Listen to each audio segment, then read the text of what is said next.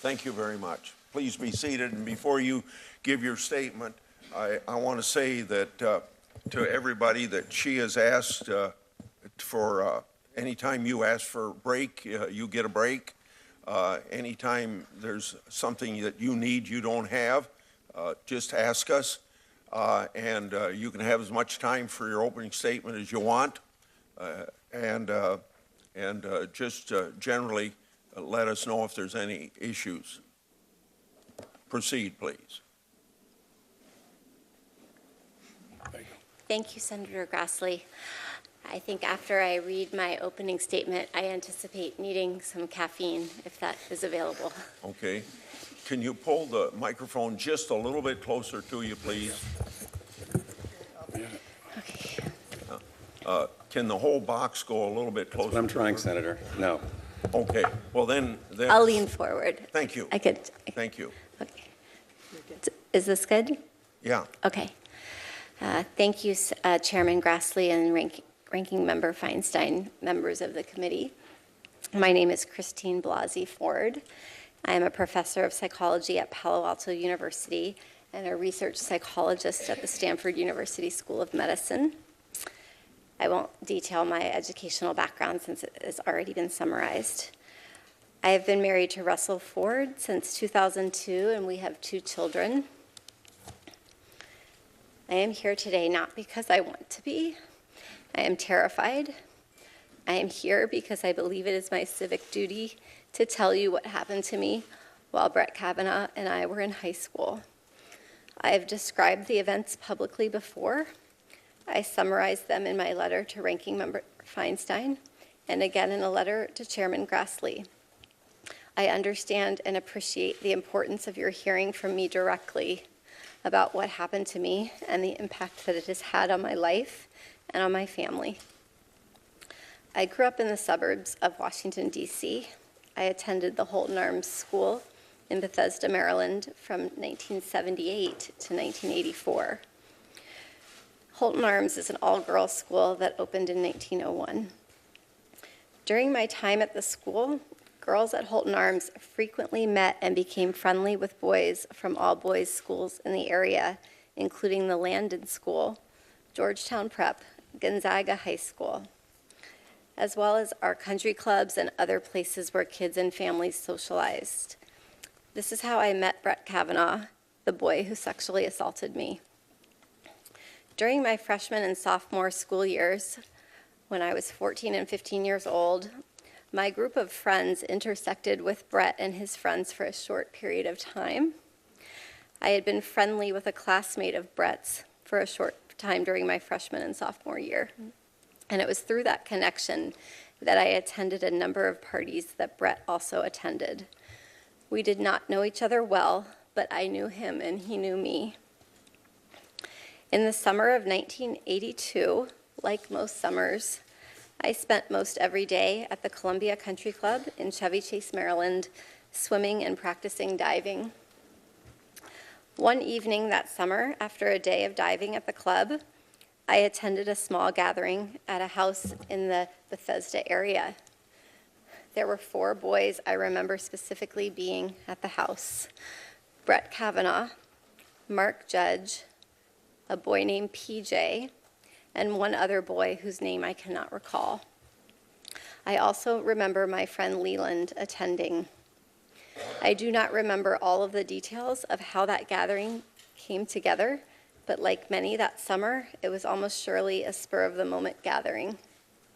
I truly wish I could be more helpful with more detailed answers to all of the questions that have and will be asked about how I got to the party and where it took place and so forth. I don't have all the answers, and I don't remember as much as I would like to. But the details about that night that bring me here today are the ones I will never forget. They have been seared into my memory and have haunted me episodically as an adult. When I got to the small gathering, people were drinking beer in a small living room, family room type area on the first floor of the house. I drank 1 beer. Brett and Mark were visibly drunk. Early in the evening, I went up a very narrow set of stairs leading from the living room to a second floor to use the restroom. When I got to the top of the stairs, I was pushed from behind into a bedroom across from the bathroom. I couldn't see who pushed me. Brett and Mark came into the bedroom and locked the door behind them. There was music playing in the bedroom. It was turned up louder by either Brett or Mark once we were in the room. I was pushed onto the bed, and Brett got on top of me. He began running his hands over my body and grinding into me. I yelled, hoping that someone downstairs might hear me, and I tried to get away from him, but his weight was heavy. Brett groped me and tried to take off my clothes. He had a hard time because he was very inebriated and because I was wearing a one-piece bathing suit underneath my clothing. I believed he was going to rape me. I tried to yell for help. When I did, Brett put his hand over my mouth to stop me from yelling. This is what terrified me the most and has had the most lasting impact on my life. It was hard for me to breathe, and I thought that Brett was accidentally going to kill me. Both Brett and Mark were drunkenly laughing during the attack. They seemed to be having a very good time. Mark seemed ambivalent, at times urging Brett on, and at times telling him to stop. A couple of times I made eye contact with Mark and thought he might try to help me, but he did not. During this assault, Mark came over and jumped on the bed twice while Brett was on top of me. And the last time that he did this, we toppled over and Brett was no longer on top of me. I was able to get up and run out of the room. Directly across from the bedroom was a small bathroom. I ran inside the bathroom and locked the door. I waited until I heard Brett and Mark leave the bedroom, laughing, and loudly walk down the narrow stairway, pinballing off the walls on the way down. I waited, and when I did not hear them come back up the stairs, I left the bathroom, went down the same stairwell, through the living room, and left the house. I remember being on the street and feeling an enormous sense of relief that I had escaped that house and that Brett and Mark were not coming outside after me. Brett's assault on me drastically altered my life. For a very long time, I was too afraid and ashamed to tell anyone these details. I did not want to tell my parents that I, at age 15, was in a house without any parents present, drinking beer with boys.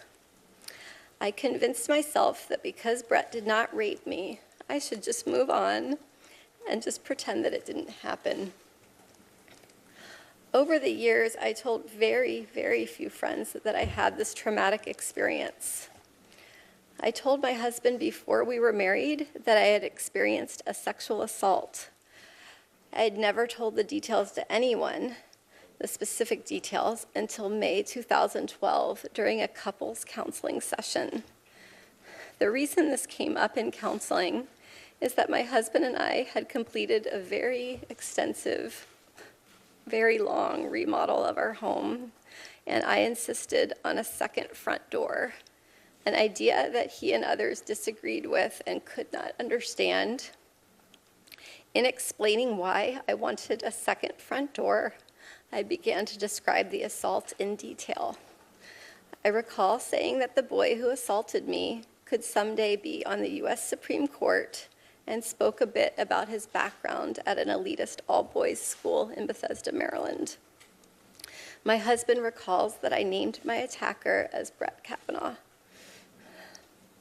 After that May 2012 therapy session, I did my best to ignore the memories of the assault because recounting them caused me to relive the experience and caused panic and anxiety. Occasionally, I would discuss the assault in an individual therapy session, but talking about it caused more reliving of the trauma, so I tried not to think about it or discuss it. But over the years, I went through periods where I thought about the attack. I had confided in some close friends that I had had an experience with sexual assault. Occasionally, I stated that my assailant was a prominent lawyer or judge, but I did not use his name. I do not recall each person I spoke to about Brett's assault, and some friends have reminded me of these conversations since the publication of the Washington Post story on September 16, 2018. But until July 2018, I had never named Mr. Kavanaugh as my attacker outside of therapy. This changed in early July 2018. I saw press reports stating that Brett Kavanaugh was on the short list of a list of very well-qualified Supreme Court nominees. I thought it was my civic duty to relay the information I had about Mr. Kavanaugh's conduct so that those considering his nomination would know about this assault. On July 6th, I had a sense of urgency to relay the information to the Senate and the President as soon as possible before a nominee was selected. I did not know how specifically to do this.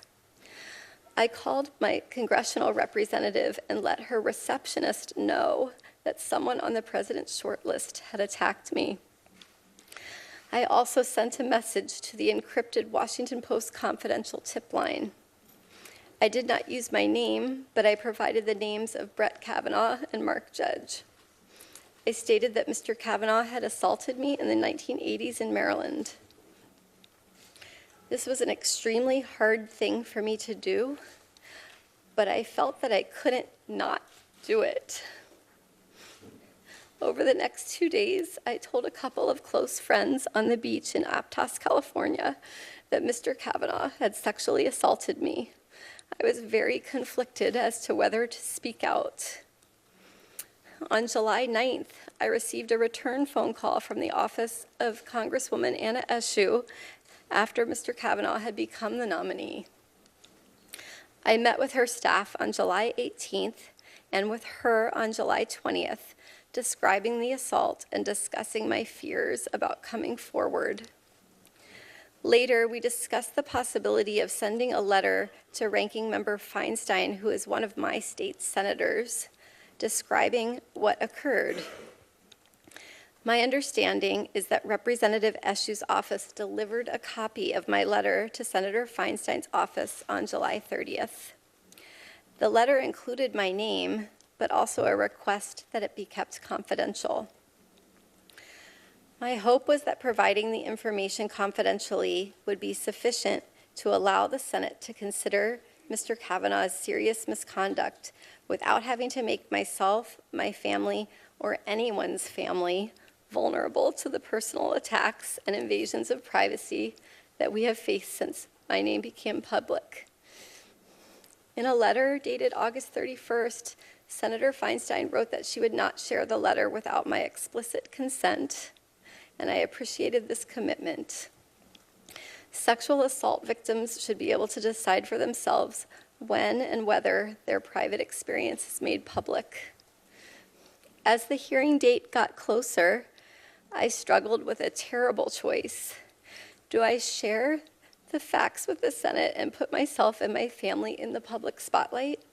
Or do I preserve our privacy and allow the Senate to make its decision without knowing the full truth of his past behaviors?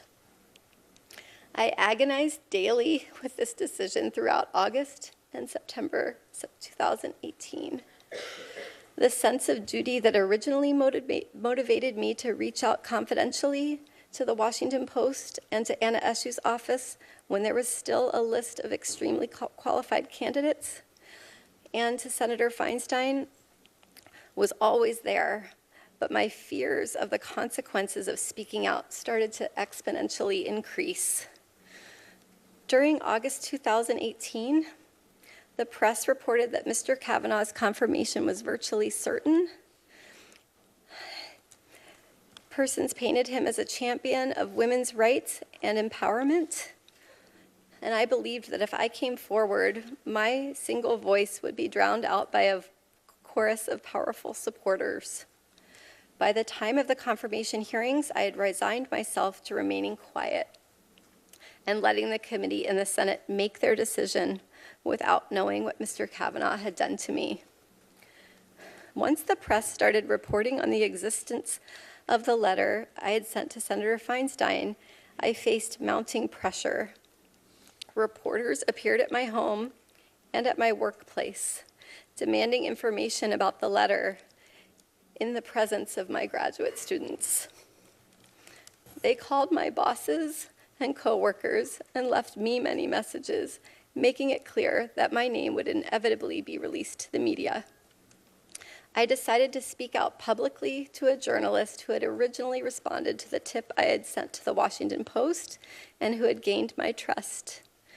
It was important for me to describe the details of the assault in my own words.